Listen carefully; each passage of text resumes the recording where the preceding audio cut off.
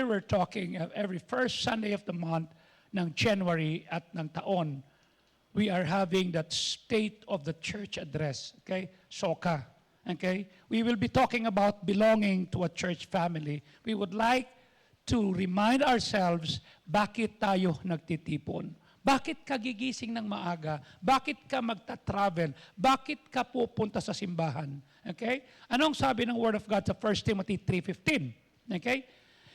Basahin natin sabay-sabay. But if I tarry long, that thou mayest know that thou oughtest how to behave thyself in the house of God, which is the church of the living God, the pillar and the ground of truth. Panginoon, salamat po. First Sunday of the month of January, first Sunday of the year 2026, nandito kami sa church. We traveled, we woke up early, we did our part, we drink our coffee, or some took breakfast. But we would like to do this because we love you, not that we admire you. We love you and we would like to follow you and we would like to understand bakit nga ba kami magsisimba. Bakit nga ba kami pupunta rito? Samahan mo po kami, pagtiwalaan at gabayan. In Christ's name we pray. And all God people say, please be seated. Pakibati mo katabi mo. Sabi sa kanya, Happy Lord's Day. Happy New Year. Patingin ang mga daliri. Taas ang kanang kamay. Yung kaliwang kamay. Walang naputol, ha? Good. Walang nasabugan. Alam niyo po, sinabi po ng 1 Timothy 3:15, kung ako'y magtatagal, kung ako'y magluluwat, okay? Kinakailangang maintindihan mo at malaman mo kung paano mag-ugali. Kung paano mo tratuhin. Alin? Yung house of God. The church is the house of God. You see? Hindi ho ito bahay ni Eric Fajardo, hindi ito bahay ni Joey Sauco, hindi po ito pinagtitipunan. No, this is the house of God. This building is not. We are the church. Tayong mga tao na nagtitipon in a certain locality. Ang sabi nito, malaman mo yung pag-uugali. Okay?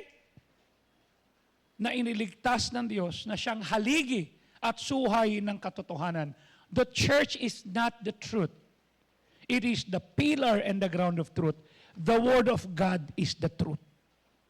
Naunawaan niyo ho? Ngayon po, milyon-milyon ang taong pumupunta sa simbahan. Milyon ang pupunta. Pero maraming tao hindi naintindihan bakit siya pupunta. Ba't ka pumupunta? Yung nanay ko ang kulit eh. Wala daw akong baon bukas pag di ako nagsimba. Ba't nandito ka? Niyaya ako nung kaibigan ko eh. Nako, para matigil na lang. Why are you in the church? Bakit ka pumupunta? Maraming tao, they never figure out why they are doing this. Ang ilang tao nagpupunta siya kasi out of guilt. Bakit? May salpak na ginawa. May sinabing hindi maganda. May mga pagkukulang. So, because of that, simba tayo para mabawasan yung ating sumbat ng budhi. Some people go out of pressure. You see? Baka tawagan na naman tayo ni pastor. Baka mamaya puntahan pa tayo. Papakainin pa natin yan. Some people go to our church out of habit. Nasanay na lang. Dahil lumaki sa Sunday school, binitbit. And some people go because they think it's the right thing to do. Bakit ka nasa church? Bakit mo pa pangaraping mapasama ka sa Club 52, the club of the few? 52 Sunday morning, 52 Sunday afternoon, 52 Wednesday night. Why would you go and worship the Lord? If somebody will ask you, bakit ka nagcha-church? Why are you a part of the ecclesia? Why are you a part of the church family? Why do you participate? Ba't kakakanta? Ba't iniintindi mo yung kanta? Hindi mo maintindihan yan. Mas naintindi mo yung opalite. Mas naintindi mo pa yung Ophelia. Ophelia. May kinakanta natin. Sweet Holy Spirit. Hindi naman nakakatago sa puso. Why can you just enjoy the beginning of the year with some friends at mamasyal na lang? Ano sasabihin mo? You see? Every year din meron tayong family conference. What does it mean? We're doing our part to teach everyone that this should be our family. Para sa ganon, pag lumaki ang bata, lumaki, ikaw na mag-isa, alam mong gagawin mo, na sa ganon, hindi ka mahihirapan. We have to go back to the scripture. Kanya nagpapasalamat ako, I grew up in a dysfunctional family, hindi ko alam kung ano ibig sabihin ng pag-ibig ng pamilya, ang alam ko, bargain, nakamura. Minumura kami. Pag inusog mo yung tasa ng sumasayad, mumurahin ka ng tatay ko. Walang pag-ibig sa amin. Pero nung ma-save ako at nakinig ako, hindi pa ganito church, nandun lang kami sa maliit na lugar, doon sa may ibabaw ng tulay. 20 member lang. You see? Hindi pa maganda, nagre-rent lang. Naintindihan ko. Kaya sabi ko, Lord, namatay ang tatay ko when I was 14. I was 19, 5 years after. Naintindihan ko yung Word of God. I submit. Nag-surrender ako. I was the first one to be saved. Anong sasabihin mo? Every July, before the start of Congress, pag sinabing Congress, both houses yan, Senate and Congress, the President is required by the Constitution to give a State of the Nation address to the Joint Congress. In fact, last year, 2 years ago, 2024, nagsalita ang Pangulo at anong sabi niya? Wala nang baha. Balakbakan ng tao. Pinakita lahat, yung mga flood control and everything. Bumaha. Last year, July 28, I was there again. Sabi niya, mahiya naman kayo. Dahil nakita niya, binudol siya. Hindi totoo, lahat. Okay? And I would like to say,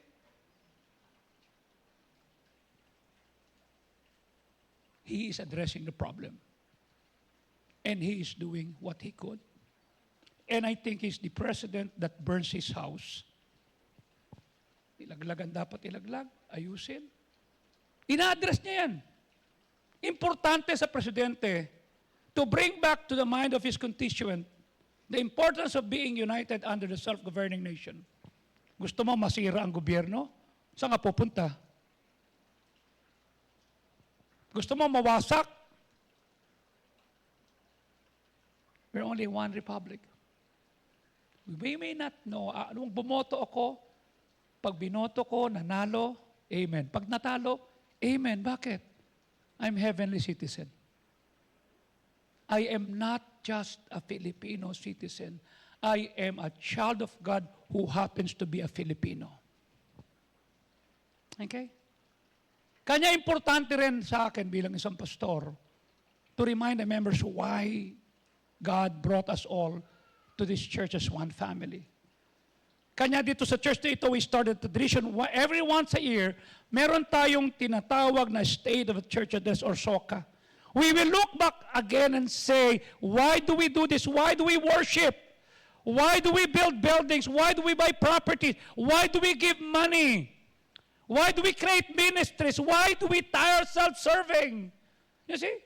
Pag uwi ko, dahil nag-treat itong si Jay, parang anak ko na yan eh. Kanya, halika, Pastor, kain tayo. Sabi ko, hindi, okay na kami sa bahay. Hindi po, kakain po tayo. Hindi lumabas kami. Sabi ko, saan tayo pupunta? Sa Manmaru. Doon sa pinadala mo sa amin nung nakaraan. Tapos may pinakilala ka sa akin. Kasi pag nagpuntayan doon magpapakain, may pakikilala laki na girl. Sino man pakikilala mo naman ngayon? Taga-La Union siya. Wala po, tayo lang po. Sigurado ka, wala kang pakikilalang iba. Wala po. Okay. Sabi ko, dito rin tayo nakaupo nun ah. Nagpicturan pa tayo. Nakanawa talaga. You see? Pagdating namin mga 12:30, sabi ko, ba't andyan pa yung kotse ni Jenny? Tsaka ni andun pa po sila sa office eh. Nagtatrabaho. They're not full-time. See, pagbaba ko kanina, sa hagdanan, nakita ko may mga parang tulo ng kape sa hagdanan. Ewan ko kung ano yun. What did I do? Kumuha ko ng map, minap ko lahat yung hagdanan. Sabi nung isang member, Pastor, what can I do? How can I help? Ngayon, trabaho mo, magmamapako dito. Kasi ayoko may makikitang marumi. Kasi you know why? Nag-janitor ako sa DBI eh. Na-train ako na kapag tumingin ako sa sahig, dapat immaculate, maganda. Eh kung yung bangko iniingatan, sa simbahan pa, ano, mag-uutos ako? No. Mamapin ko yan. Minap ko yung hagdanan pababa. Lahat. Dapat kanina pa ako. Pero I have to clean it. Why would I do that? Not because walang gagawa, but because I love the Lord and I would like to make His ministry beautiful. It must be beautiful. Hindi ako tanga na nakita kong marumi na, hindi ako tanga na nakita kong hindi maayos. Pag nakita na, pag pupunta ako, inaayos ko yan. Yung silya, kailangan pantay. Bakit? For God. Sa trabaho, ginagalingan ko. Okay? Sa napukor, ginagalingan ko. Sa spray, ginagalingan ko. Sa school, ginagalingan ko. Sa simbahan, wala akong pakinabang. Never do anything in life without understanding the reason. Wag. Ba't papapagorin ang sarili mo? Oh. This coming February, mapapagod ka. Your life is too precious to waste on things that don't matter. Bakit papagurin mo yung time, talent, treasure mo sa bagay na hindi importante? Sa bagay na walang halaga? Never get involved in anything. Never waste any time on something na hindi mo naiintindihan. Bakit natin ginagawa? Bakit? Iba sa inyo, Friday pa lang nandito na. Dahil meron tayong family conference. Saturday nandito, akala nung iba, ano bang araw ngayon? Bakit po? Parang Miyerkules, Sabado. Bukas may simba pa. Ay, oo nga pala. You see? Kasi pag hindi mo ginagawa na hindi mo naintindihan, in the long run, mapapagod ka, kapo, you will get weary, you will get bitter, and you give up no matter how important it is. Kasi hindi mo naiintindihan. You don't understand.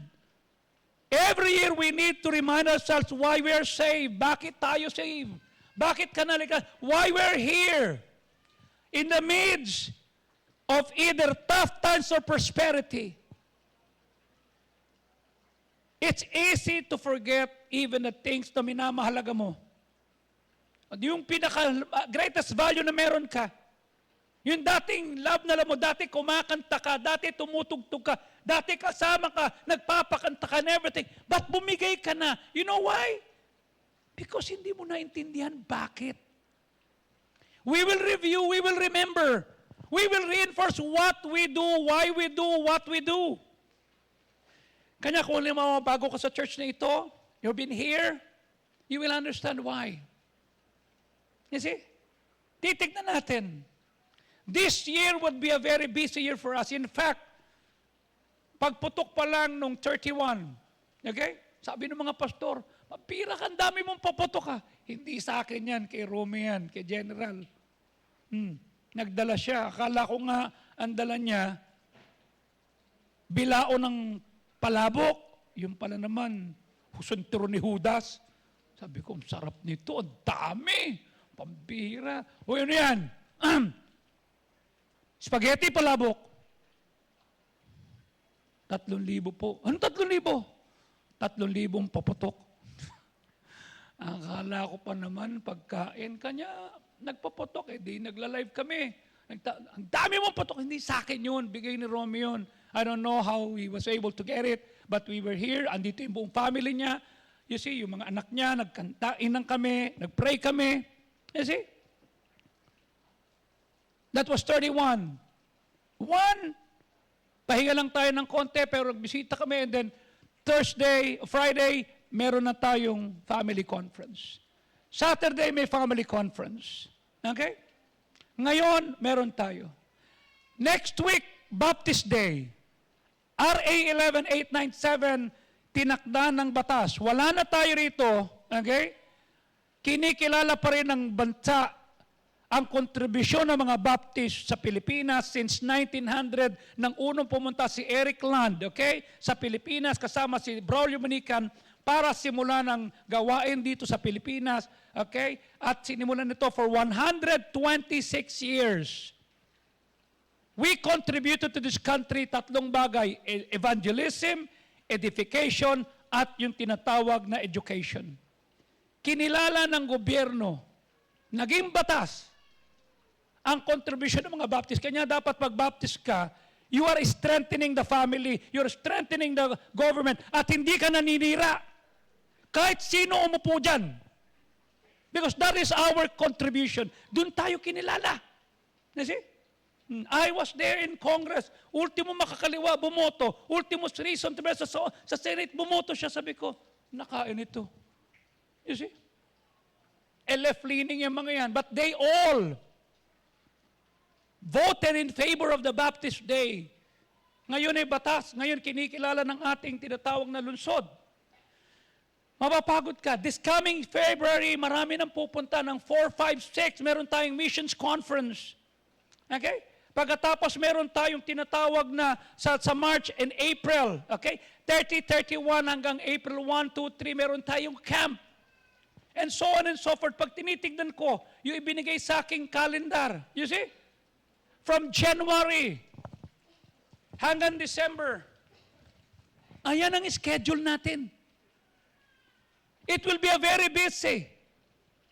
Ang tanong, why would we spend on people, money on people who will never return any of our investment or may not even say thank you? Bakit tayo gagastos? Bakit tayo magpapakapagod? You see, if we would not keep in our mind and the heart the purpose of it all, mapupuno tayo ng kasamaan ng loob. Bakit tayo pupunta rito? Every year we need to remind ourselves why we love the Lord. Why we do this. Why we love the church the way we ought to. Bakit natin gagawin? Bakit tayo magpapakapagod? Ba't tayo upo? Ba't tayo susunod sa asher? Sumisingit nga tayo sa pila sa bangko. Oh, wala ba? Di ba pwedeng gamitin dito yung privilege ng senior citizen? Na pag pinakita yung ID, dapat uupo ko kung saan ko gusto. Sa simbahan, hindi ho ganun. Do you understand why? Do you still remember why? Kaya sabi ko sa inyo kanina, the love of God is not an emotion, it is obedience. Kanya sabi ng John 14:15, okay? On your King James Bible, if you love me, keep my commandments. You see? Kung mahal mo ako, sundin mo inuutos ko. Stop making feelings for faithfulness. Hindi tayo tinawag, hindi tayo niligtas just to admire Him at sabihin, wow, ang galing ng Panginoon, no? We were called to follow Him. Sundin. At habang sumusunod tayo, kung ano mali, iiwan natin. Kung ano tama, yayakapin natin. Yung worship is not what we sing. It is how we live. You see? Kanya merong ibang mga tao, hindi gusto rito. Bakit? Hindi na magawa yung gusto nila. We have to follow what the Word of God says. Kung halimbawa, sasamba ka, tapos pag uwi mo, yung ka pa rin, ikaw pa rin yung buraot, ikaw pa rin yung magnanakaw, ikaw pa rin. Kung member natin si Diskaya, hindi magnanakaw yan. Kung member natin si Saldico, hindi mambubudol yan. Bakit? May Bible. Tama? Oh, yung palaway, dapat peacemaker na. Yung bakla, dapat lalaki na. Yung tomboy, dapat babae na. Yung pala, ay sinasabi ko sa iyo, dapat may pagbabago. Anytime, every time we will choose purity. Hindi ko dapat gawin to. You see? Hindi ko dapat pagliligawan ko to, dapat kaya ko na siyang buhayin. You see? Hindi ka maliligaw kasi crush mo na siya. No. Kasi handa kang pakasalan. Are you with me? Manliligaw ka, I ask you, did you discuss the bills? Ano yung bills? Bayarin. Did you discuss the parenting style? Bago ka magligaw, What beliefs ang i-instill mo sa bata? Sino magbabayad ng utang? How to deal with the family ng asawa mo? How to deal with your own family? Paano yung childhood trauma meron ka? Paano yung sexual expectations? Paano yung financial expectation? Paano yung family health history? Di ba sinabi ko sa inyo, I am type A, si Ellen type B, si Jeff type AB. Nakita niya si Ems na ka-level ni na Jeff habang nag-aaral. Walang pinakilala si Jeff sa akin, naliligawan niya. Kaya nagulat ako na si Emsong niligawan niya. Nagkasundo sila, kinasal sila noong January 21, 2021. Okay? That was 5 years ago. Nagsama sila, nabuntis siya ng anak noong October 9, 2021. Si Ems. Hindi pala dapat nagsama yun. Kasi AB si Jeff, O si Ems. Yung blood nila hindi match. Kanya pagka ikaw manliligaw, tanungin mo rin yung blood type. Dahil pag pinagsama yung AB tsaka O, abo. Kanya nung si Bron pinanganak, naiwan doon sa ospital sa St. Luke's at siya ay ultraviolet, ang daming ginawa, and the bills piled up to 1.3 million. And we never touch a church offering and everything, no.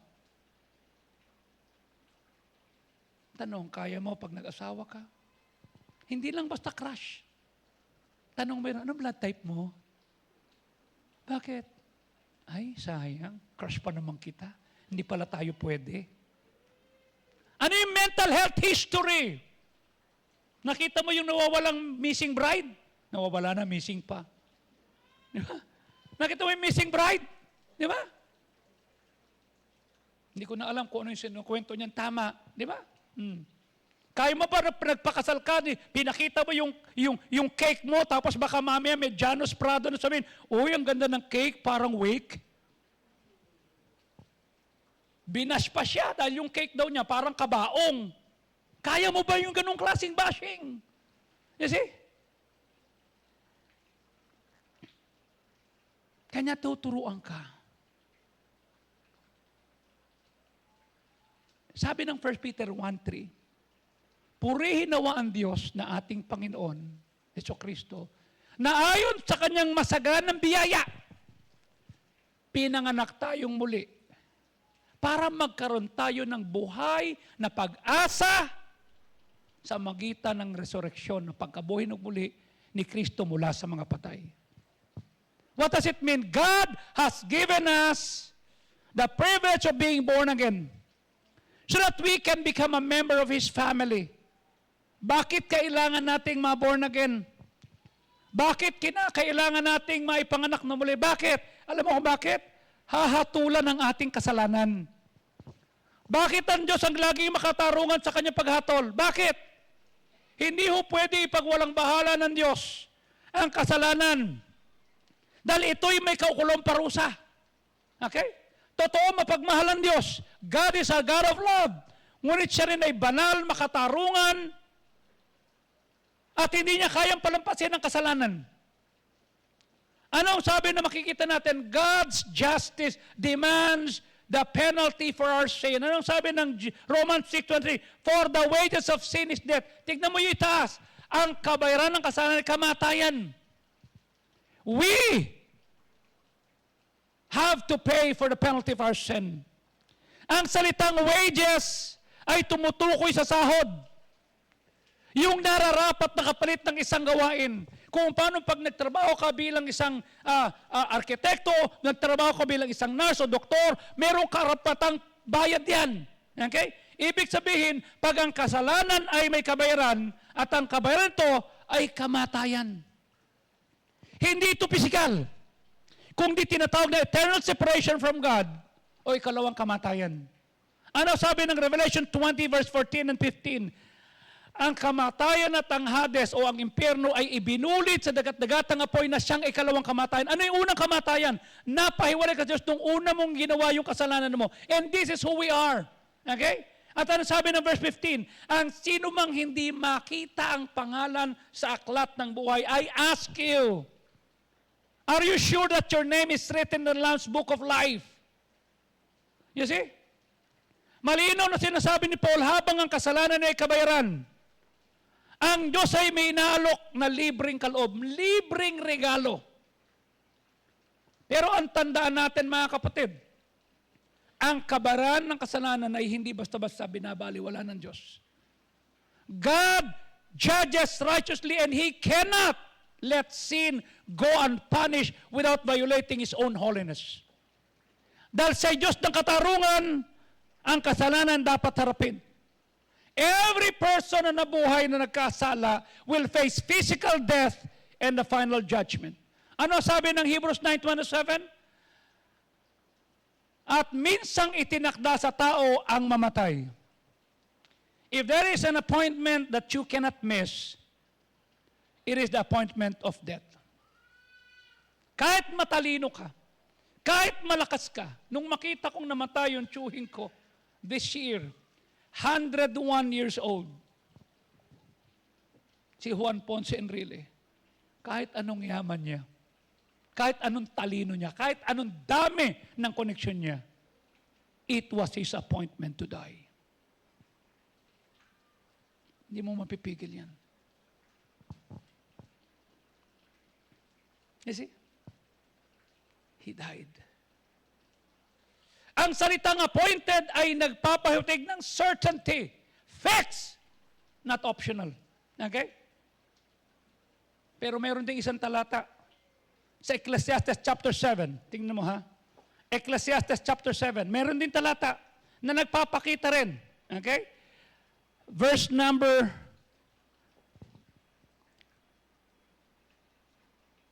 13 simula.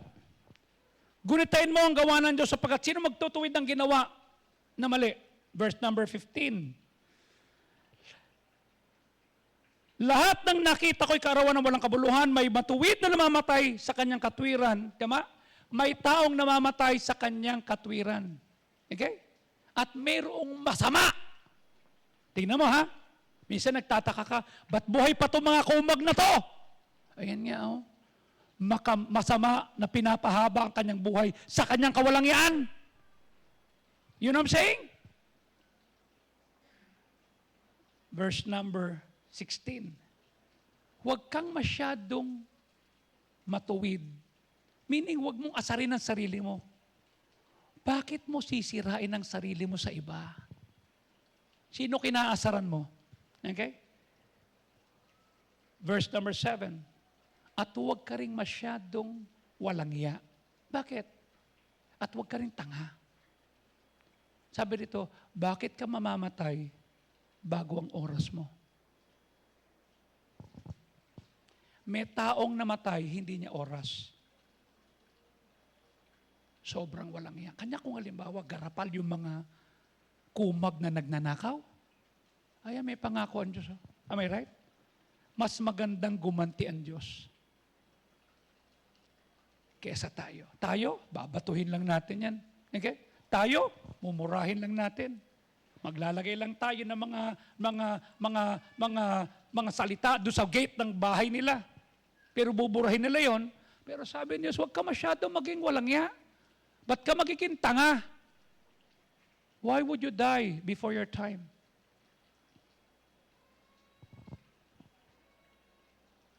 You see? Ayos sa talatang ito, ang tao'y mamamatay isang beses lang. Pagkatapos mayroong paghuhukom. Wala pong reincarnation ha.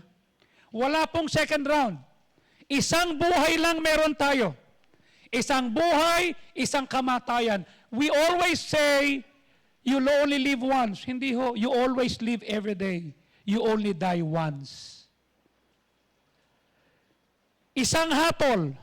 Ang paghuhukom o judgment ay tumutukoy sa final decision of God of every person's life. Kung makakasama ba natin siya ng walang hanggan o mahiwalay tayo sa kanya magpakailanman. Kanya pwede, hindi natin pwedeng payagang ipagpaliban ng tugon sa alok niya ng kaligtasan. You see, bakit? Ay, bukas ko natatanggapin. Paano pag namatay ka mamaya? O mamayang 1 o'clock ko tatanggapin. Eh, paano pag namatay ka ng 12:59 bago mag-alauna? Sabi mo, alauna ko tatanggapin. Ang katotohanan, ito ay dapat magtulak sa atin na huwag tayo maging kampante. We are all accountable to God. And judgment is a reality we will all face. God's justice and mercy meet in the cross. Kanya sabi ng verse number 20 ng Romans 6 ulit, sa bandang dulo, but the gift of God, ang regalo ng Diyos ay buhay na walang hanggan. Okay? Sa kabila ng mabigat na kabayaran ng kasalanan, may hope, may pag-asa na inaalok ang Diyos.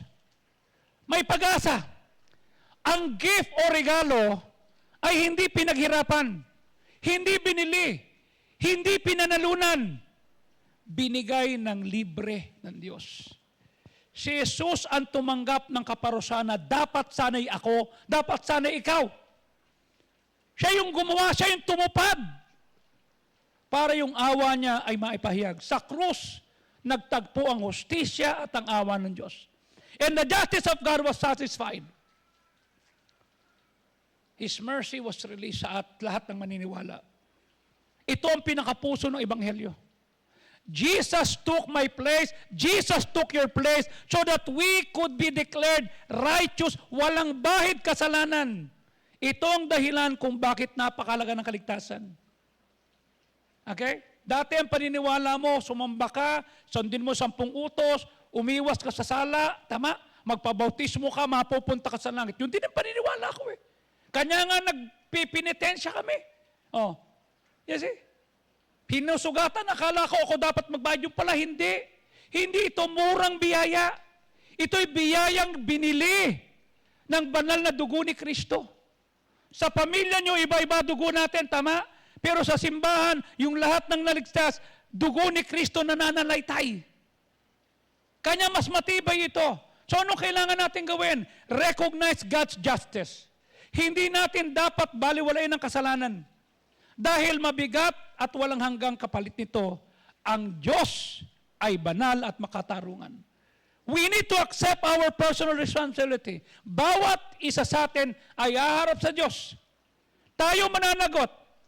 Pag pinili natin tayo magdadala ng ating kasalanan, ikaw mananagot. Itatapon tayo sa dagat-dagatang apoy. Pero dapat tanggapin natin yung kanyang regalo. Receive God's gift. Ba't mo ipipilit na ikaw magbabayad? Ang buhay na walang hanggan ay libreng regalo. Sa magitan ni Kristo, hindi kailangan paghirapan, hindi kinakailangan panalunan, kinakailangan tanggapin, kasi ito'y sa pananampalataya at pagpamba, Lord, makasalanan po ako. Hindi natin kayang iligtas. Kanya the Lord is calling you today, don't delay, accept Him as your personal Savior. The Bible says that when you become a believer in the Lord, okay, naidagdag ka sa kanyang pamilya. Yan ang second home mo, yan ang second birth mo, pero kulang ka pa rin. The moment you were born to this physical world, naging bahagi ka ng human race, nagkaroon ka ng pamilya. But when you were reborn, spiritually speaking, you were born to God's family. Naging part ka. At pag nabautismuhan ka, magiging bahagi ka ng eklesiya. Ano sabi ng Act 2:41? At yung mga masayang nagsitanggap sa Kanya ay nabautismuhan. What does it mean? Pagligtas ka, the first thing that you need to do is to follow the Lord baptism. At anong sabi? And they were added unto them, idadagdag ka. The Bible says that the church is a family. Okay? Church family. Okay? Kanya sabi ng 1 Peter 3:15, pag ako'y nagluwat, pag ako'y nagtagal, ay alamin mo kung paanong dapat ang tao'y mag-ugali. Anong ugali na dapat meron tayo? In the house of God, can I go to your place, Rhoda, at gagawin ko yung gusto ko? Ipapasok ko yung sapatos ko galing sa labas? Or I have to follow your rules? Right? Ay sorry po ha. Pastor, dito po ko sa bahay namin kasi yung sapatos po sa labas. Bakit? Gusto ko ipasok to? No, I have to respect her. Right? Hindi ako pwedeng umupo kung saan ko uupo. Kung saan ako paupuin ng host. Am I right? In the same manner, eklesiya ho ito. Sa Panginoon to. The church is the family is the church of the living God, the suhay at haligi ng katotohanan. It is interesting na madapat natin makita that the church is not an institution, the church is not a business, the church is not an organization, the church is not a social club, the church is a family. Pamilya. We are a family by virtue of the same adoption in Christ. We share one Father, and that is God. At ang kagandahan dito, sabi ng Word of God, ito'y haligi at suhay ng katotohanan. Pag sinabing haligi, abay magpapatatag yan. Tayong nasa Metro Manila, pag walang good foundation ng bahay mo, pag walang support, pag naglinog at lumindol, naku, matataranta ka. And I would like to say, sa buhay mo, you will have a lot of personal earthquakes. This year, you will have some financial earthquakes. Kaya pa ba? Okay? Tataas sa Tuesday ang presyo ng crudo. Okay? Tataas din ang tinatawag na ibang pang mga dapat bayaran. Okay? It will be so devastating. Magugulat ka sa bills mo sa kuryente, ang daming naka-insert. Hindi mo maintindihan ano itong mga to. Tama? Merong financial earthquake. Ang tanong ko, pag tumigil na ba ang trabaho mo, hanggang kailan ka pwedeng mabuhay bago ka makahanap ng panibagong trabaho? You see? Pastor, actually, hindi ko nga po alam pag nawala na, bahala na si Batman. Paano yung anak? Paano yung pagpapa-enroll? Paano yung babayaran? Paano yung inutangan? And some will have relational earthquakes. Merong hindi magkakasundo, may magdadabog, may maiinis, may magtatampo, merong magkukumpara, ba't ganyan binigay mo kay tatay, ba't ginto kinuha mo sa... You see? Some will have physical health problems. Everything will put to stop pag may nagkasakit.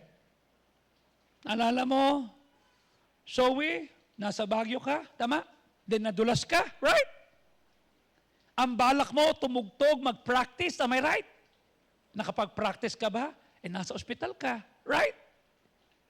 Naka-wheelchair ka, pinag-pray ka ng church. You know what I'm saying? Pag nagkasakit ka, tapos na. Am I right? Naranasan ko yan. July 11, 2021. Half of my body's dead. I cannot even move. Sabi ko, ano yan? Sabi ni Dr. Pastor, raise your hands. I cannot raise my left hand. Smile. Tabingin mo ko. When I speak, slur. Nasa ICU ka. Everything stopped. Hindi ako makaihi. Hindi ko alam kung lalaki ba tong nurse or what. Masakit din siyang ko, humihilab. Sabi ko, pag pumupo ako dito, tapos ako. Na-stroke na ako, pagtatawanan pa ako. Ang baho naman ng tain ito. Huhugasan ka. Tama, Rian? Di ba, Samantha? Pag meron kang pasyente, tama? Lilinisin mo yun. Ay, kadiri! Nasa ko, hindi ako titiisin ko to talaga, Lord. Kailangan pagalingin mo ako dahil ayoko talagang dito sa ICU na tao. Everything was stopped. And some will have moral earthquakes. Hindi mo dapat tinext mo. At pag X na, huwag nang i-text yung X. Huwag nang, ay, kamusta ka na? Eto, yun mo, na-miss ko pa rin yung ngiti mo sa akin. Ako din may asawa ka na. May anak na kayo. There's going to be a lot of things na darating sa buhay mo na uugain ang pinakabuod ng buhay mo. At pag wala kang good foundation, if you don't have good support, madudurog ka. Sa tingin mo, maintindihan ka ng pamilya mo? Susumbatan ka pa. Pa-Bible ka. ganyan ka. You'll be devastated. You will lose hope. And eventually, mawawala na yung pangarap mo. You will lose your dream and lose your will to live. Ayoko nang sumubok. In the future, there's a lot of things na uugas sa iyo. You will have tough times. Paano mo haharapin ang tough times mag-isa? Sa'yo naasa pamilya mo. Sa'yo naasa anak mo. Sa'yo umaasa yung bunso. Sa'yo umaasa lahat. Paano ka bibigay? Saan ka kukuha ng lakas? From Monday to Saturday, makikita mo si Leviste, si Kiko. Did they help you? Nah! Lalo kang malulugmok. Makikita mo anong gagawin ko. We will have tough times. Kanya sabi na Ephesians 2:19, hindi na kayo taga-ibang lupa. Hindi na kayo estranghero. Kung di mga kababayan, kasama ng mga banal at kasama ng pamilya, the household of God, sambahayan. Ibig sabihin, the Bible says that God put the church on earth for what? To be a support and a foundation for your life. Hindi ka lang dumadalo. Dapat bahagi ka. He's saying here that church Christian life is not just believing, it's belonging. Ito simbahan ko, dito ako lalago, dito ko buuin yung pamilya ko, dito ko buuin yung mga pangarap ko, dito lalaki yung mga pangarap. That's what I said 42 years ago. I was single, I was 19. Now I'm 62. You see? Pag nakikita ko yung mga anak ko, pag nakikita ko yung mga asawa nila, pag nakikita ko yung mga apo ko, sabi ko, Lord, what if kung hindi ako nagpatuloy? What if kung hindi ako nag-submit? What if hindi ako nag-submit? What if kung ako pa rin yung dating ako? You see? Paano ko itatrato yung apo ko? Paano ko itatrato yung anak ko? You see? Anong gagawin ko? Kung wala ang eklesiya, kung wala ang preaching, kung wala ang Word of God, paano ko palalakihin ang mga anak ko? Anong gagawin mong pamantayan, Bonnie? Pamantayan na meron ng tatay mo? Walang mali sa tatay mo, tama? Kasi yun lang ang kaya niya. Saan sila nakatira? Sa ilalim ng tulay. Naranasan mo bang tumira doon, Mikel?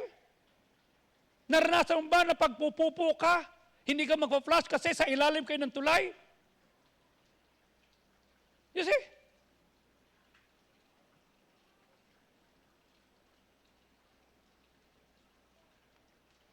Walang mali sa mga magulang natin. The best that they have. That's what they can do. But because we have the Word of God, we can change our life.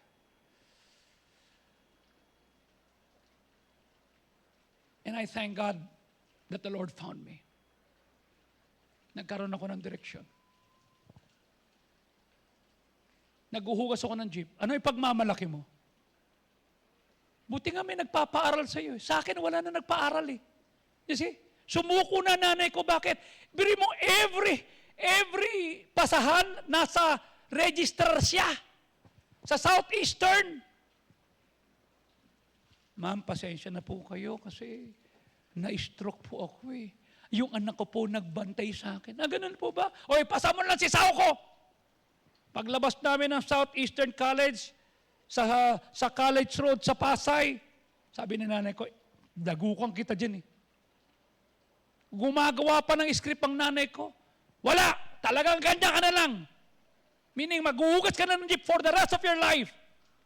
Kanya kayo na may nagpapaaral sa inyo, huwag kayong feeling entitled. Magpasalamat kayo. Na may nagpapaaral, may gumigising ng maaga, nagtatrabaho, nagsisikap para buhayin ka. Anong karapatan mong manumbat sa nanay at tatay mo, lalo na sa tiyahin mo? Kapal naman ang mukha mo. Kasi, kanya pinakita ko sa nanay ko, Ma, binago na ako ni Kristo. Wala! Ayaw maniwala. Bakit? I live in a very violent way. Laging may barangay sa bahay namin. May magsusumbong, may ginulpe, may inaway, patatawag sa school until the Lord found me. And everything changed. Kanya nung lumaki kami sa Panginoon, sabi ng nanay ko, di ka na nainom? Di ka na nagmumura? Wala ka nang ginulpe. Bakit? Binago na ni Kristo. Then one time, sabi ni Pastor ng nanay ko, Joey, tingin ko tama ka. Tatanggapin ko na si Kristo ang tagapagligtas. She gave her heart to the Lord until the day she died, 2009, July 9, she was faithfully coming to church. Christianity is more than just believing. It's belonging to a family of God. Maraming tao sabi, I want to be a Christian. I love Christ. But I don't need a church. Hindi ho tama yun. Pag sinabi natin yan, parang gusto mong sabihin, I want to play basketball, pero ayoko meron akong team. I want to be a soldier, pero ayoko nasa army. I want to play saxophone, pero ayoko nasa orchestra. I want to be a sailor without a ship. I want to be a bee without a beehive. A Christian without a church family is an orphan. Paano mo haharapin lahat yan? Sino tutulong sa'yo? You see? Sa tingin mo yung mga unsafe friends mo, tutulungan ka? No, they will not. Sinabi ko nga sa inyo, di ba, nung Friday 31, okay? Miyerkules. After ng service, inagahan natin ng 2 o'clock. Merong isang nagmumotor dyan na paikot-ikot na pala yun, maingay. Pinapatugtog yung kanyang tambutso. Nung hapon ako'y umikot din. Sabi ko talaga to si Ellen, naggawa ako ng kwento-kwento ba? Nagpahanap pa ng bilog na prutas. Buti lang may nakita ako. Umikot ako, dala ko yung mga motor ko. Yung dalawa, pag uwi ko, doon na, sabi ni Romy, Pastor, may nadisgrasya sa tapat. Ano nangyari? Andun tapat. Tinignan ni Ellen, Dad, tignan mo. Dumadanak yung dugo. Bumaba ako, nakita ko yung mama. Sabi ko, ano nangyari? Yung mga nasa tapat, sabi niya, Pastor, kanina pa yun, ikot ng ikot Pagdating dyan sa may humps, tinulinan kasi pinapaano yung tambucho. Pagka gusto mo ng ganyan, doon ka sa racetrack, huwag sa kalye. Di ba? Hindi sa'yo yan lumipad. Paglipad niya, yung motor niya pumasok doon sa may loob at siya tumilapon, walang helmet, ulo, basag. Sabi ko, huwag niyong galawin. Hindi ba ako? Huwag niyong galawin. Baka may bali. Sabi ng isa, ito gawin natin. No, wag. First aid is this. Pulis ako. Anong pakialam kung pulis ka? Luko-luko ka, lugar ko to. Munti kong kalimutang ligtas na ako Sabi ko, wag mong gagalawin yan. Sige, galawin mo yan. Bibidyo kita, ako magsasabi.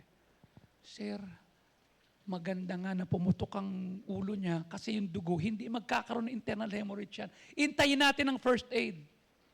Awa ng Diyos. Ang tagal dumating ng first aid. Sabi ko, nasan yung confidential funds? Nasan yung mga ba't ang tagal ng response? Kinausap ko yung dumating. Boss, ang tagal nyo. 45 minutes. Pasensya na, Pastor. Ang dami naming tinugunan. Ganon? Opo. Hindi dahil mabagal kayo. Hindi po. Madami pong nadisgrasya. Okay. Magrereklamo pa naman sana ako kay Tulpo. Ito ba ang Pasay City? Ang tagal ng response? Yung pala naman, marami palang nadisgrasya rin kamote. Sorry Kanya ako pag nagmumotor, complete gear, kahit dito lang. May helmet, mayroong, sabi ko, nasa ng cellphone niya, sabi ko, sino sasama dito? Wala nang tropang gustong sumama. Sino sasama? Saan dadalhin to?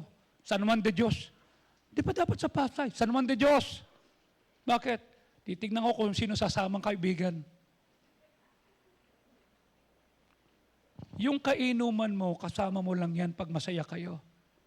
Pero pag nadisgrasya ka at nagkasakit ka, ikaw lang mag-isa. Pag nakulong ka, ikaw lang mag-isa. You see? Hindi ka sasamahan yan.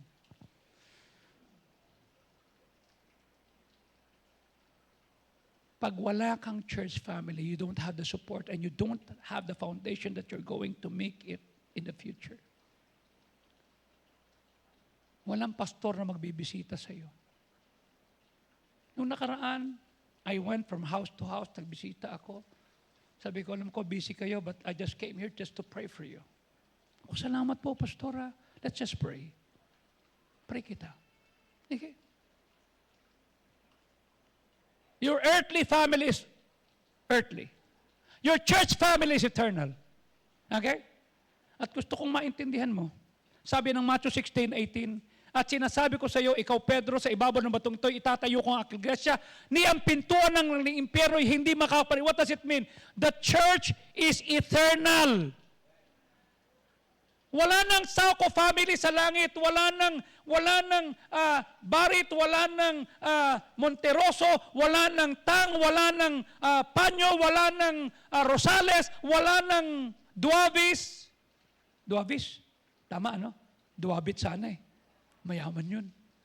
Kapos ka lang ng tea. Kung ginawa mong tea, mayaman ka na. Okay? Wala. Only the church. You see? Kanya kinakailangan, galingan natin para pagdating sa langit, we will enjoy heaven. How do I show that I'm really a believer? Nasa church ka. By joining a church family. You may profess that you're a saved person, you accept at any time. Lahat yan, walang sweat, hindi ka papawisan. But wala naman nakakita pumasok si Kristo sa puso mo eh. Tama? The visible proof that you're saved, una, sumunod ka sa tubig ng bautismo. That the first step, kanya sabi ng Romans 6:3, hindi ba ganyo nalalaman na tayong lahat ay nabautismon kay Kristo, nabautismon sa kanyang pamatayan? Verse number 4, tayo'y nilibing na kasama niya, tayo ay binuhay mula sa mga patay upang lumakad saan? To the newness of life. What does it mean? Pag nabaptize ka, dapat may pagbabago na sa atin. Hindi na ikaw yung dating ikaw na yung binagong ikaw. You see? You desire to belong to Jesus where He belongs. Kanya kung member ka ng Ecclesia, you need to love and protect the church like God does. The church is not the building, it's the people. You belong to Christ. I belong. And with everybody na nandito, there's a big difference between attending and belonging. Pwede kang umattend every Sunday, but you never belong. Okay? You never understand that the church is not a place to go. It's a family that we belong to. The church is not a place to go. It is a family we say, this is my church. Dito ako lalago. Alisin mo tong church na to, hindi ko alam kung sino ako, kung anong family ko, kung anong meron kami. And everything that I receive right now, it is because I learned to give glory to God. Ginalingan ko. Bakit? Ephesians 3:21, anong sabi? At sumakanya ang kaluwalhatian sa simbahan throughout all ages. Hindi mo pwedeng maluwalhati ang Diyos pag wala ka sa eklesiya.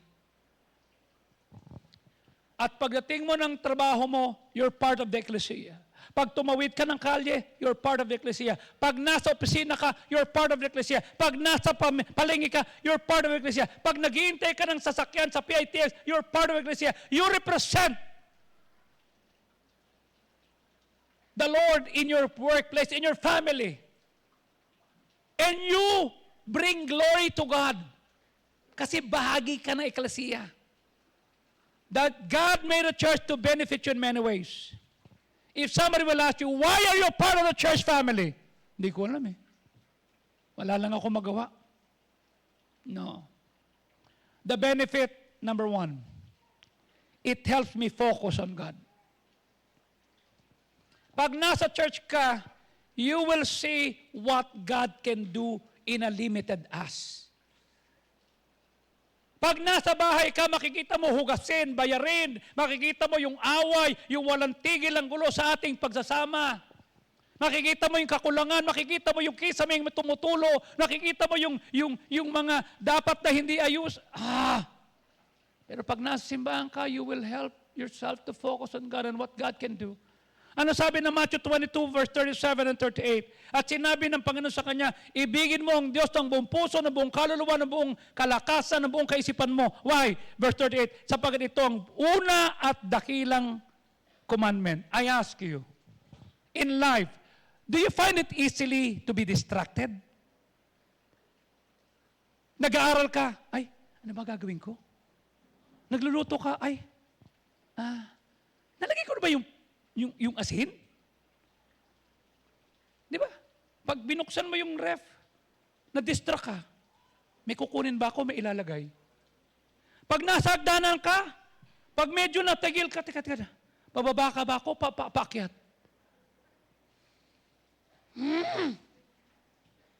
It's easy to be distracted. Sa buhay, it's easy to lose your focus. Minsan di mo alam na ito pala yung pinakasalan ko, ito pala yung anak ko, ito pala yung... Kasi bakit? Kinumpara mo siya. Pag binigyan ka ng asawa, no, sabi ko gabi, okay? Mamayang gabi, tutuloy natin yung mensahe. The world and the culture will say, marry the person you love. The Bible says, love the one you marry. Iba yun. Tama? Pinakasalan mo, mahalin mo kahit hindi mo siya mahal. Bakit? Pinakasalan mo na eh. Life without God is life filled with fear. Paano na bukas? Anong gagawin ko? Hindi pa tumatawag si mama. Wala pang padala si tatay. Wala nang laman yung ating, you see? Pag bibili ka, pag nakita mo yung basher mo doon, pabili nga ng 10 kilong bigas, yung pinakamahal. Pero tinikindatan mo yung pautang ha. Kala ko bibili ka. Diyan kasi yung basher ko, pinarinig ko lang sa kanya. Nahihiya ka. Life without Christ is loud with fear and uncertainty.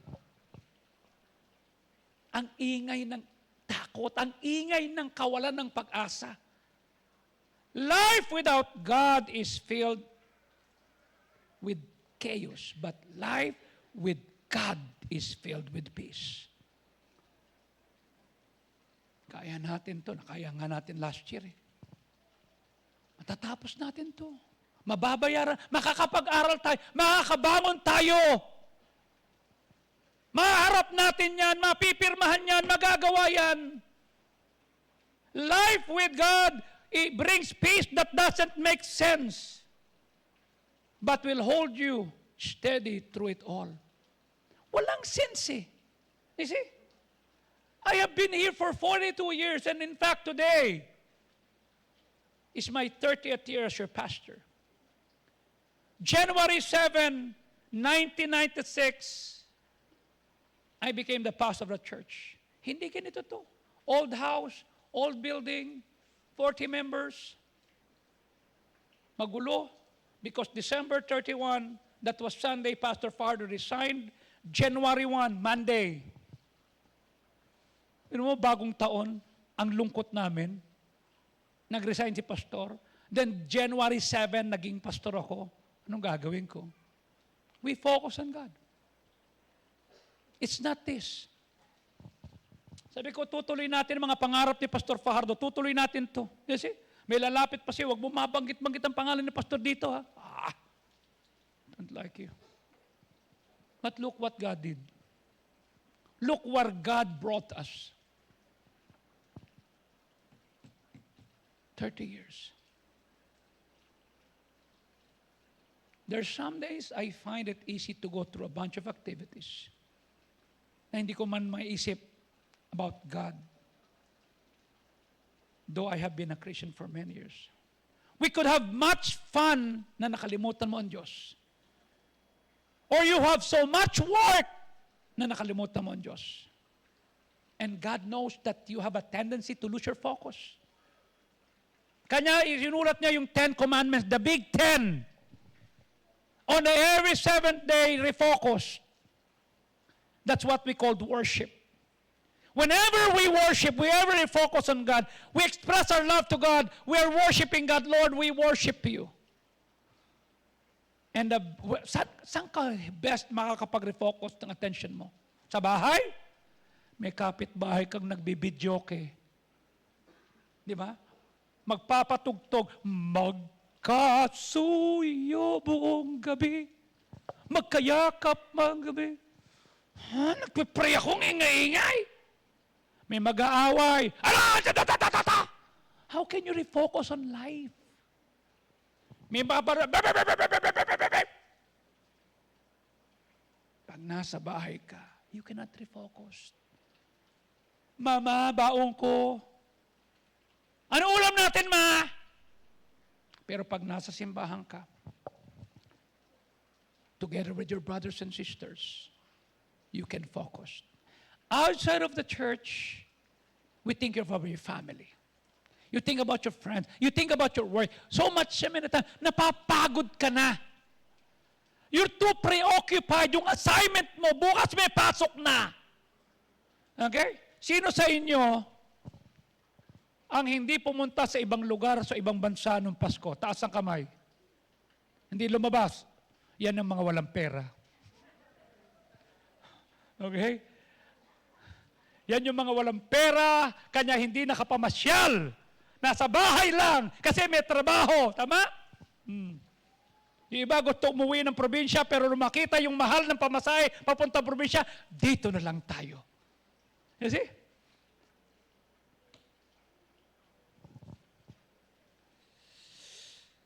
The Lord said, I put the church so that you can refocus on me. We can get rest for our weary soul. We can set our worries in the life aside and think about God and say, tinulungan mo ko nung ako'y I always say this, kung tinulungan ka ng Diyos nung elementary ka, tutulungan ka ng Diyos sa high school, tutulungan ka ng Diyos sa senior high mo, tutulungan ka ng Diyos sa college time, tutulungan ka makahanap ng trabaho, tutulungan ka sa pamilya mo, pag manliligaw ka, ang tanong ko, sinasama mo ba ang Diyos? Bahagi ba siya? You see? That's why in the church we will get rest. How many of you go to church but you're still searching inside? Nasa church ka, nakikinig ka, pero sabi mo parang ba't may kulang? There's still an empty place in your life, in your heart. Something tells you that you're not really right with God. That's why we need to be in God. That's why we need to hear the Word of God. Bakit? Kasi pag nasa TV ka, nanonood ka, pwede mong ilipat ang channel dito, saan mo ko ililipat? Titigang kita. I will call your name. I will look at you. I will tell you what we need to do. The church family help us to be focused on God. To love the Lord your God with all your heart, with all your mind. That's the first and the best, greatest commandment. Why is it important to love God? Because that is what we're made to do. You were made to love God. God knows you. God loves you. Siya yung nagbigay ng kanyang sarili. God knows you cannot go wrong with Him. You see? Nung kumafit ako sa kanya at lumafit, I never go wrong. Pag tinitignan ko, sabi ng isang pastor, bossing, ba't parang hindi ka tumatanda? Ano sabi mo niyan? Kinanong ko yung picture mo eh. Sabi ko, nasa Panginoon ako. Nasa Panginoon din ako eh. Hindi ko alam kung bakit ganyan ka. Kasi hindi ko na inintindi yung mga nangaasar sa akin. Bakit? I leave it to God.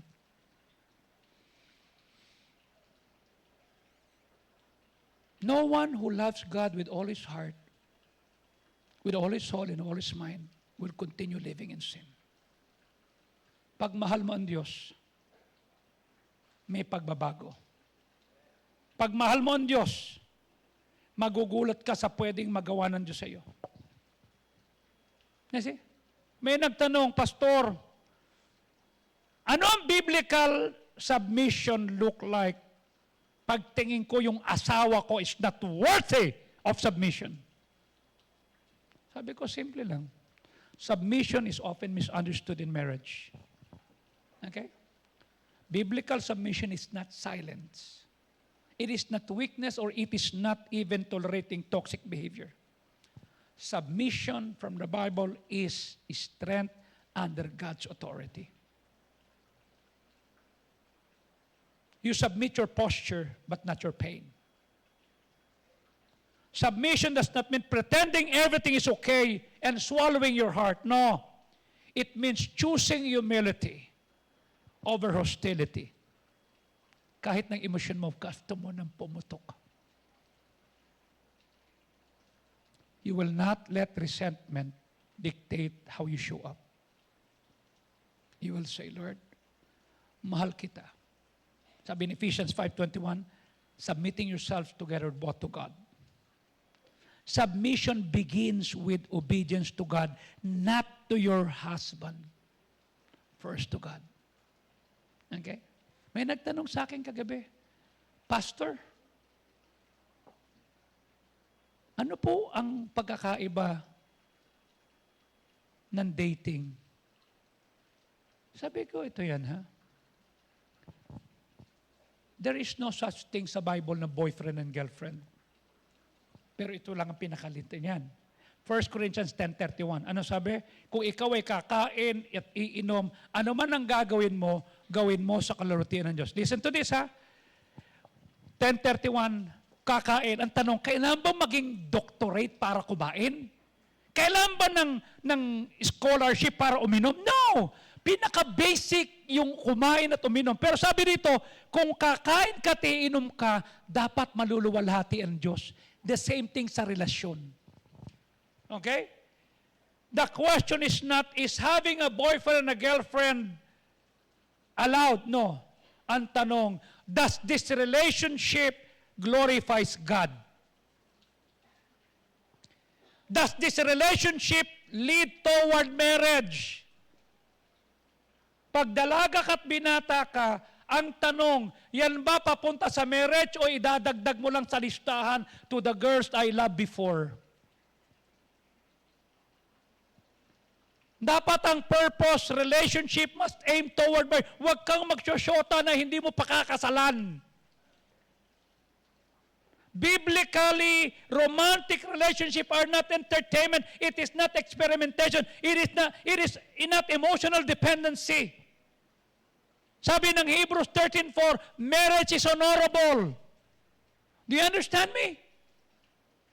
It's honorable, undefiled. Pero ito, tignan mo ha, warmongers and adulterers, ano sabi ng Diyos? God will judge. Pag mali ang relasyon, may husga ang Diyos. Okay? If a relationship has no clear direction toward marriage, outside yan. Ang proper stand, dating is intentional, not casual. Courtship is not playing around. Holiness sexually is non-negotiable. Sabi ng 1 Corinthians 6:18, flee fornication. Ang bawat kasalanan ginagawa natin, nagnakaw ka, labas ng katawan mo yan, tama? Pero pag nag-fornicate ka, we commit against our body.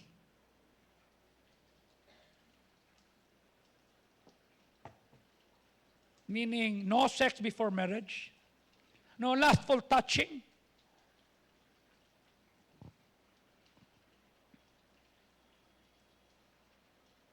ayoko ditong higpit. No, Bible yan eh. Dapat ang relationship natin will bring us closer to God. Ano sabi na Amos 3:3? Pwede bang lumakad ang dalawa nang hindi sila nagsang-ayunan? Dapat ang relationship will bring you closer to God, not away from God. Pag yung lalaking yan o babaeng yan, nilalayo ka sa Diyos, hindi tamang relasyon yan. Ano sabi ng 2 Corinthians 6:14? Huwag kang makiayon sa hindi mananampalataya. Anong fellowship meron ng katwiran sa hindi walang katwiran? Pwede ba magsama ang liwanag at ano? Kailangan ligtas yan. Honestly, do we pray together? Do we attend church faithfully? Does this relationship strengthen obedience or weaken my obedience? Do I love God because of this relationship? Saan ka din ng barkada mo? You see? For 42 years, I'm here. Pasaway, walang direksyon, walang mabuting lumalabas sa bibig. 42 years later, this is me. Ikaw saan ka pupulutin pag 62 ka na? You see? Kung ngayon pa lang, bata ka, walang makagusto sa'yo, walang magtiyaga sa'yo, sinusuka ka, paano pa sa susunod 10 taon? Are you with me? Kung ngayon pa lang, hindi ka mahalin, wala kang maramdaman na pagkalinga, bakit? You don't change. If you met me 42 years ago, you will not even be happy to sit beside me or even shake my hand. Sasapakin kita. Why are you looking at me that way? You see? Kagabi pagpark namin doon, may nakatayo dong lalaki, nakaganon. Di ba baba ako, tinitignan ko siya. Nakatingin sa akin, sabi ko, problema nito. Teta. Ligtas na ako. Hi. You see? Bumaba si Ellen, tsaka si Bron, tsaka si NOM. Sabi ko, doon na kayo? Sige na. Nakita ko si Jap andito sa gilid, nagpapark. Sabi ko, tinititigan ko. Teka. Ligtas na ako. Nasa Makati Cinema Square kami. Doon kami nagde-date ni Ellen nung unsaved kami. Favorite place namin yan. Doon kami lumaki. Ikaw ngayon ka lang, mukhang dayo ka lang dito. No. Ligtas na pala ako. Save na ako. Okay, thank you, Lord. Kailangan ko paalala na, bakit?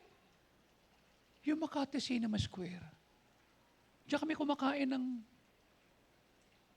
hamburger. Maglalakad kami mula Bangkal papunta doon. And I said, Lord, salamat sa church. Kung hindi,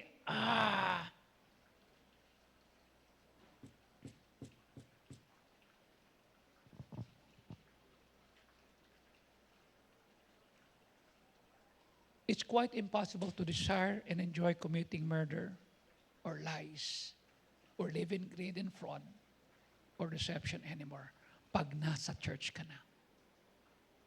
Dati noon, may sakit ako kleptomaniac. Alam mo yung kleptomaniac? Magnanakaw. Pinaganda lang. Pag may nakita akong hindi akin at nagustuhan ko, kukunin ko yan. Mabilis kamay namin. Bakit? Lumaki ka sa Pasay. Pasay is not yours. Pag may nakita akong gusto, kukunin ko yan. Until the Lord change me. Shh, hindi sa'yo yan. Mag-intay ka ng sa'yo. Kanya pag may nawala rito, hindi na ako nagbago na ako. Dati nung pag may nakita ako, kukunin. Klepto na ako Do you understand me? Pag may nakita kong gamit, pipikapin ko yan. Pag may nakita nga kaming bisikleta, unang uso doon, BMX, tama? Kinukuha ko You see? Pag nakakita kami ng linoleum, ako sinasabi. Kaya ko ba? Kaya ko ba? Nagbe-breakdance kami. Tamo, 62 na ako, kaya ko pang mag-breakdance? Gusto mo ulo? Baka humanga ka, mabalilig ko. Dalhin niyo ako sa ospital. Ayun me! Sayawan? Naku po, huwag mo kong subukan. Ayun me! Kantahan? Lahat ng VST alam namin. Okay? Lahat ng kanta ni Rico Puno. Lahat ng kanta ni Pepe Smith. You know what I'm saying? But we forget it na. Because there is a church that taught me to love God more than what I want. Isipin mo, sabihin ko kay Bron, Lolo, what are you doing? Well, I'm dancing. Where? In the street. Why are you doing that? Pakialam mo, sipain kita dyan.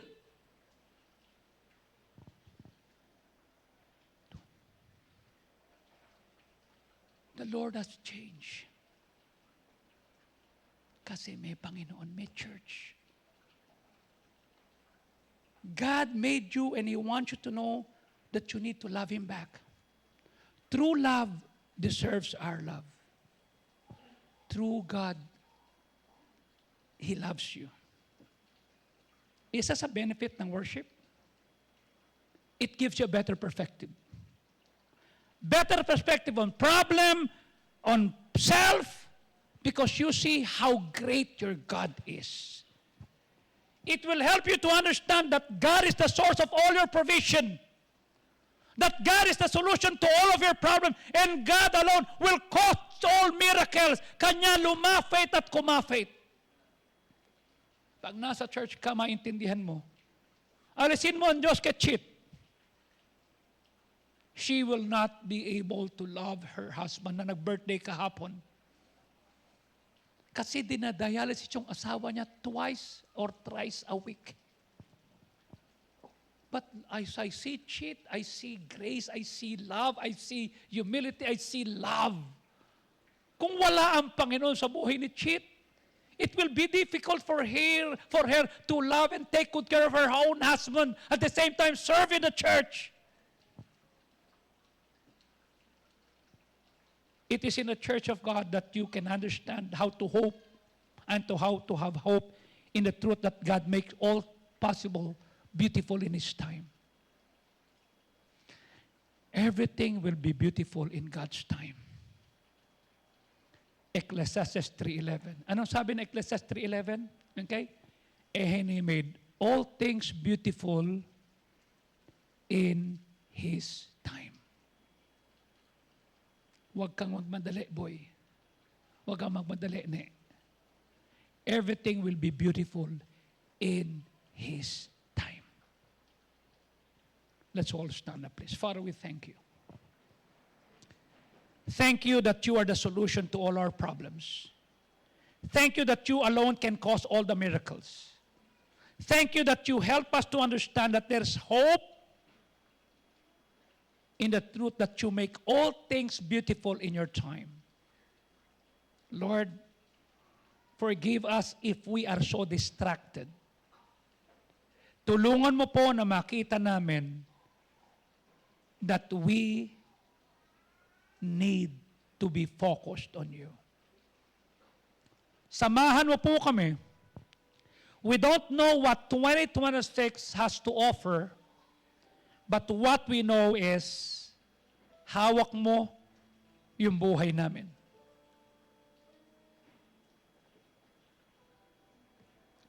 And you will make everything beautiful in your own time. Pwede kaming mag-pray sa bahay. Pwede kaming kumanta doon ng worship song. But there is power in group worship. Kanya tulungan mo na hindi namin pababayaan ang pananambahan. Tulungan mo na hindi namin pababayaan ang pagtitipon. Ang pagsasama-sama sa pagpuri, sapat ikaw nagsabi kung may 2 o 3 nagtitipon, ang presensya mo'y naroon. We need to get out of our home because the church is an ecclesia. Called out, lalabas kami ng bahay para pumunta sa ecclesia para sumamba. Tulungan po na sa magitan mo, sa magitan ng salita, magkakaroon ng pagbabago. Mararamdaman ng aming pamilya, ng aming kasamahan sa trabaho, sa eskwelahan, kahit saan, na binago mo kami. That they will see the better us. Lord, thank you for the ecclesia. Help us to have a better perspective of our problem, better perspective of what we are facing, because we see how great God is. Lord, tulungan mo kami. Samahan mo po kami. While heads are bowed, eyes are closed, no one is looking. Will you come to the altar and say, Lord, salamat na intindihan ko that this church will help me to focus on God. I'm tired, matanda na ako. Pero hindi ako titigil. I will always worship you. I will come to the church. I will travel kasi you're worthy of my time. Dito po sa altar. God bless you.